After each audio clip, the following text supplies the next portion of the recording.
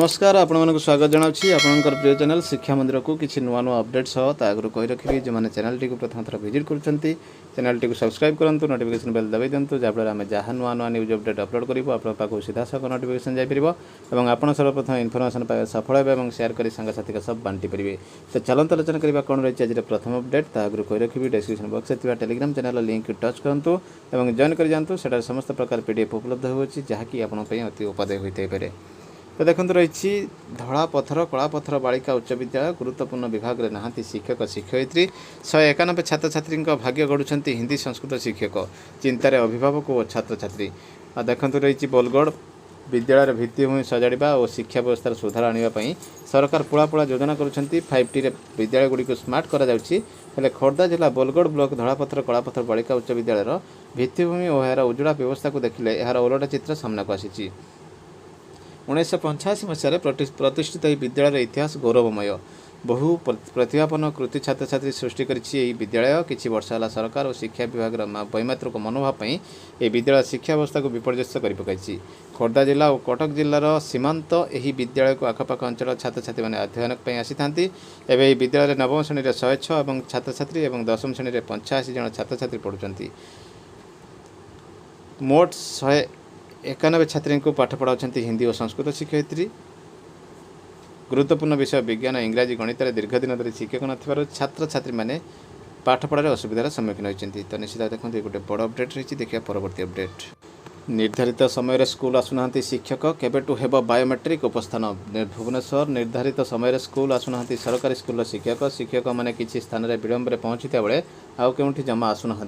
गणशिक्षा मंत्री निकट में विभिन्न जिला गस्त कर तथ्य सामना को आसुछि जहां नहीं असंतोष प्रकाश करिसेंती।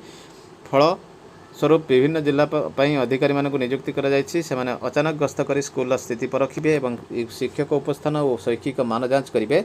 स्कूल अभाव असुविधा बाबद विभाग को रिपोर्ट देवे हेले प्रश्न उठुछि शिक्षक उपस्थान और समय जांच पर गणशिक्षा विभाग अत्याधुनिक व्यवस्था केबे अतीत योजना थिबा बायोमेट्रिक उपस्थान योजना केबेठारु लागू हेबो ताहाकु नै एबे प्रश्न उठिछि। केउं समय शिक्षक माने स्कूल आसुचंती स्कूल केते समय रहुचंती एसबुक तदारख पर गणशिक्षा विभाग बायोमेट्रिक व्यवस्था करिछि भली योजना करथिला। एथिपई समस्त अंशीदार सहित आलोचना हेबा सह व्यवराध मध्य सरिला। 2014 मसीह होइथिबा योजना एते शीतल भंडार पड़ी रही। इतिमध्य 5 रु अधिक मंत्री और सचिव बदलुवा बेले योजना केवल सीमित रही योजन वास्तव रूप नहीं ना सेहीपरि बायोमेट्रिक योजना शिक्षक मान सहित पिलांई लागू कर व्यवस्था होता। दैनिक पिलांक उपस्थान जांच करने और मध्याह्न भोजन योजन होता बाटमारणा को रोकने लागू कर योजना था। प्राथमिक पर्यायर प्राथमिक शिक्षा निर्देशालय किसी स्कूल पायलट प्रकल्प भाव आरंभ करने निष्पत्ति है। परितापर विषय स्कूल स्तर में लागू करने संभवपर है ना। एवं पुणी गणशिक्षा विभाग अधिकारी गस्त को गुरुत्व देउछि एणिकी तृणमूल स्तर नियमित शिक्षादान स्थिति जांच करने को विभाग योजना रखी। सचिवों आरंभ कर सीआरसीसी माने नियमित विभिन्न स्कूल गस्त कर स्थिति परखिबे।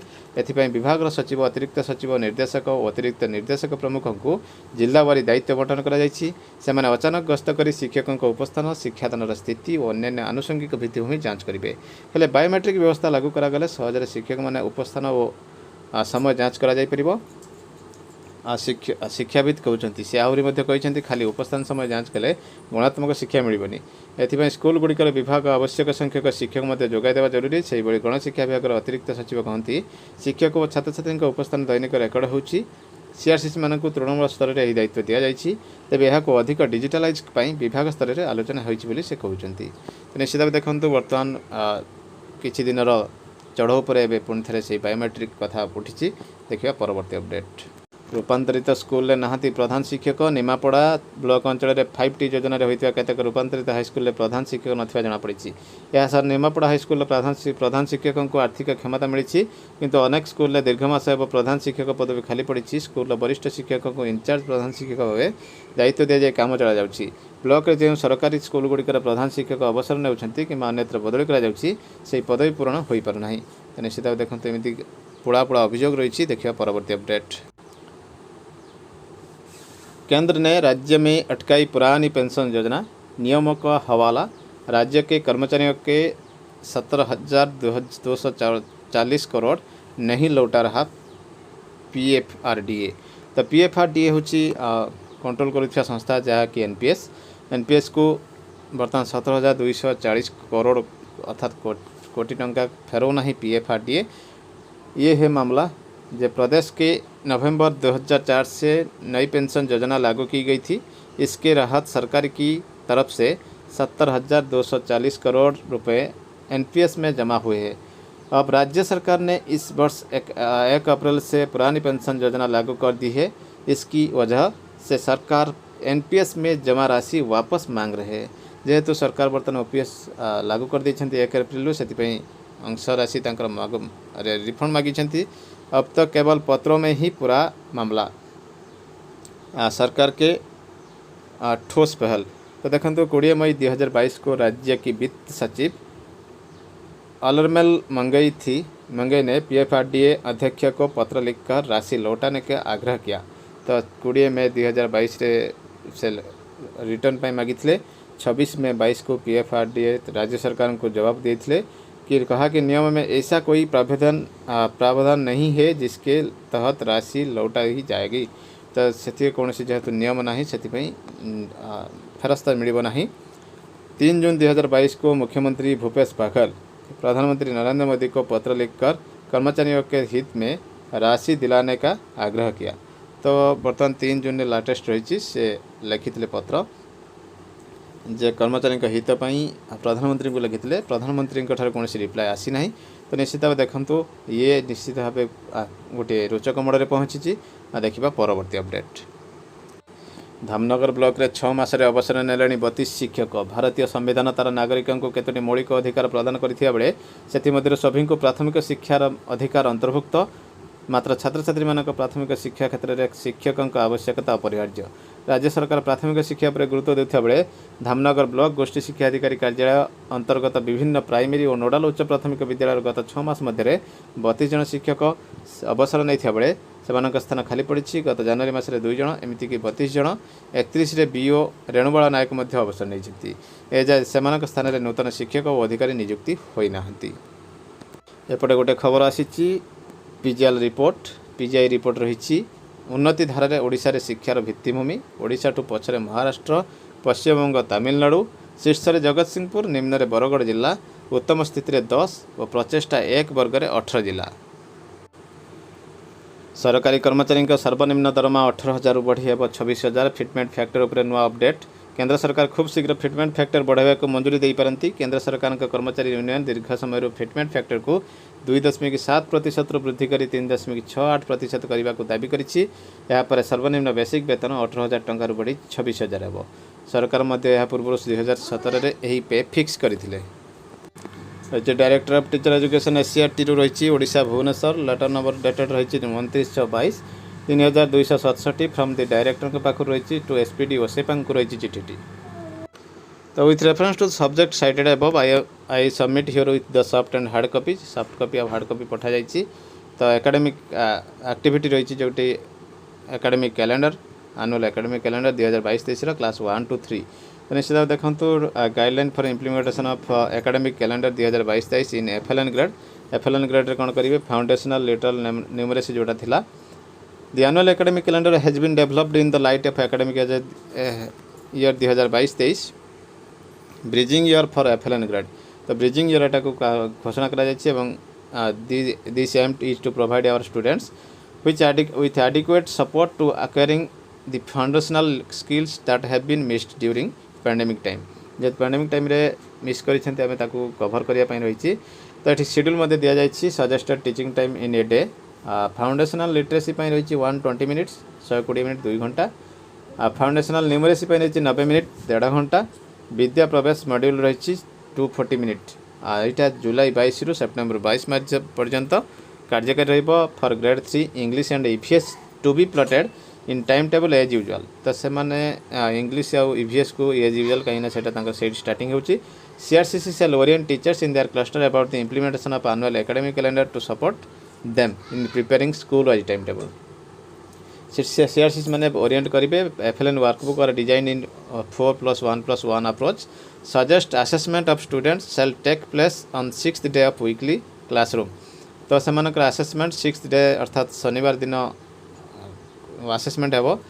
Headmaster shall ensure that the mentioned approach is adopted in the classroom by the teacher. Teacher shall identify the different pools of learners to provide them need-based circular support and enrichment activities.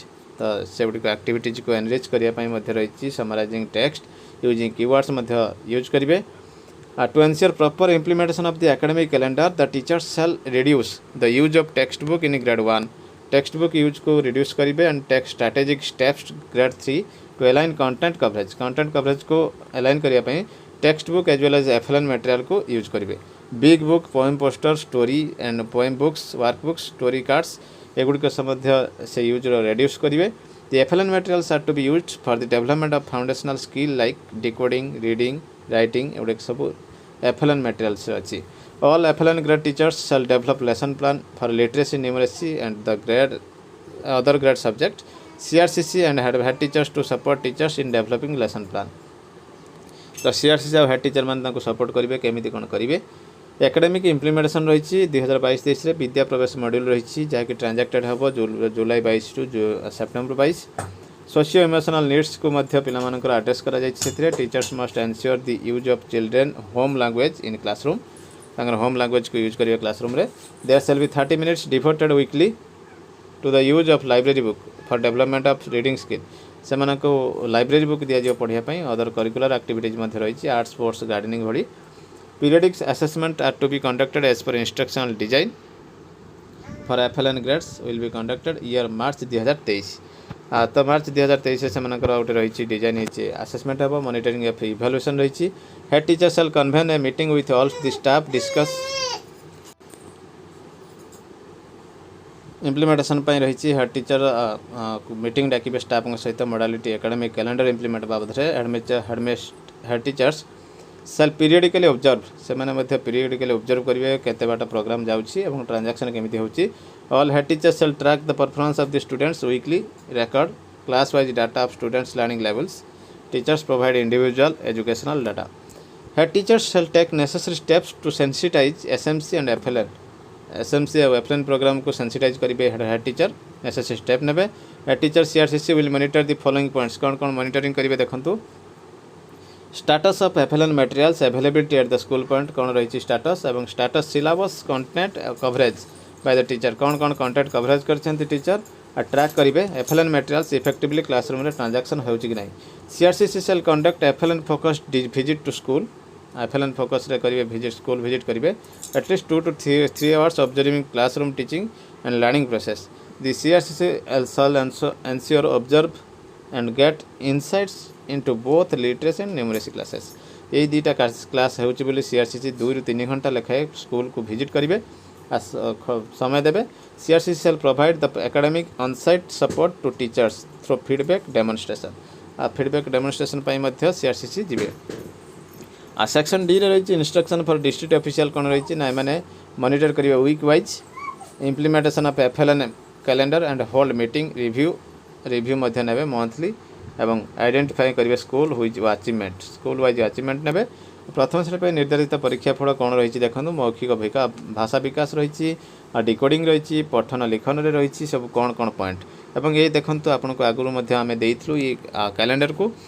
तो ये calendar आपण पाखे उपलब्ध Thai पारे एवं जदि नाही यह आम टेलीग्राम चैनल आप उपलब्ध कराई पारे. तो निश्चित भाव ये रखा पड़ो निज पाखे. एवं ये रही देखो जो गोटा कही मौखिक भाषा विकास रे कविता कहानी सहित जड़ित सरल सूचनात्मक प्रश्नगुड़िकर उत्तर देवार दक्षता रहिबो एवं कहानी सह जड़ित जुक्ति कल्पना अनुमान तुलना आधारित प्रश्न रे उत्तर दे पारिबे. पिलामाने निज मतामत और अनुभूति को निज भाषा स्पष्ट भाव में परिप्रकाश करें. कौन परिचित वस्तु सहित घटना और चित्र संपर्क निज भाषा 2 ରୁ 3 वाक्य कहे. शब्दर प्रथम और अंतिम ध्वनि को बदलाई नूतन शब्द गढ़े. डिकोडिंग 2 ରୁ 3ଟି अक्षर विशिष्ट शब्द को प्रभावपूर्ण भाव पढ़ा. 4 ରୁ 5ଟି वाक्य विशिष्ट सरल वाक्य थी पाठ्य को प्रभावपूर्ण भाव पढ़ा. 30ଟି शब्द विशिष्ट पाठ को प्रभावपूर्ण भाव पढ़ा. ये रहा डिकोडिंग कथा. पठन रही गप बही को देखी बही भितर थी घटना अनुमान लगाइबा ता विषय किसी शब्द कहीपर. श्रेणीगृह थी सामग्री को प्रिंटर धारणा पाइबा. प्रसंग और निज परिवेश में शब्द को चित्र पर चिन्हवा और ताकू नहीं कथोपकथन करने दक्षता. 3 ରୁ 4ଟି सरल वाक्य विशिष्ट पाठ्य को पढ़ी पारिबा और से संपर्कित निर्दिष्टमूलक उत्तर देवार दक्षता रहिबो. तो निश्चित भाव देखो ये रही लिखन 2 ରୁ 3 अक्षर विशिष्ट बहुमात्रा थिबा शब्द शुणिक लिखा चित्र देखिक खंडवाक्य छोट वाक्य को पूरण करवा कौन कहानी और कथोपकथन प्रश्नर उत्तर देवा निज अनुभव संपर्कित घटना को गोटे विषय शब्द लिखा। तो निश्चित भाव देखो ये रही पूरा डिटेल कौन रही एकेडमिक कैलेंडर।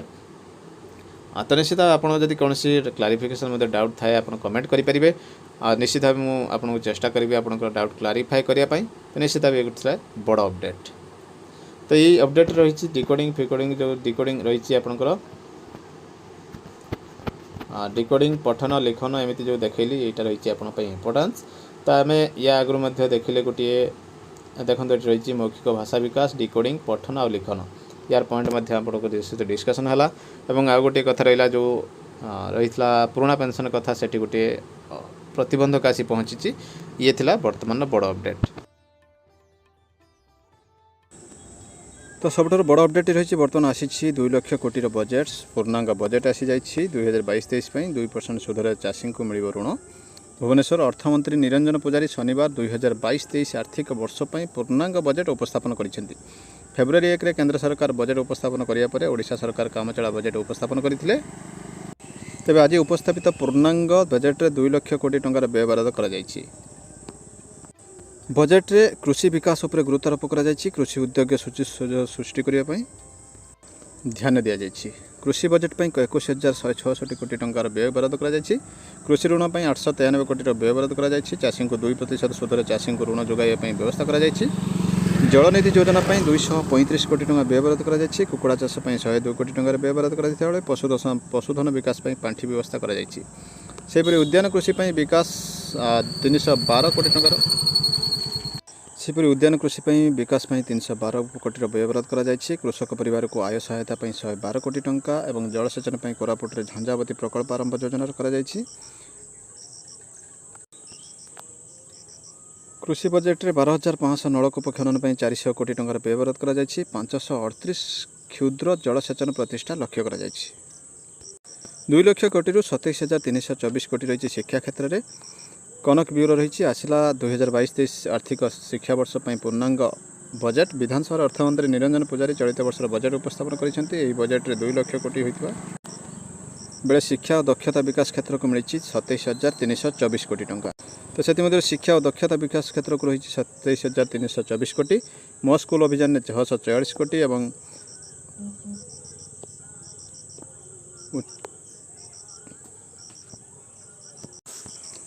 तो एपट रही उच्च विद्यालय रूपांतरणकरण रही 100 कोटी। मो कॉलेज अभियान 11 कोटी। समग्र शिक्षा रही 3,581 कोटी। मध्याह्न भोजन रही 851 कोटी। तो ये रही पूर्णांग बजेट्र कथा। तो निश्चित रही गोटे बड़ अपडेट। जुलाई फास्ट वीक जुलाई भितर निश्चित भाव रिजल्ट बाहर 7 तारीख पूर्व रिजल्ट बाहर। तो ये था बर्तमान बड़ अपडेट। एमती किसी नुआ अपडेट सब पुणी आसो आप सामना को चैनल को देखुवा धन्यवाद। रही नमस्कार। जय जगन्नाथ।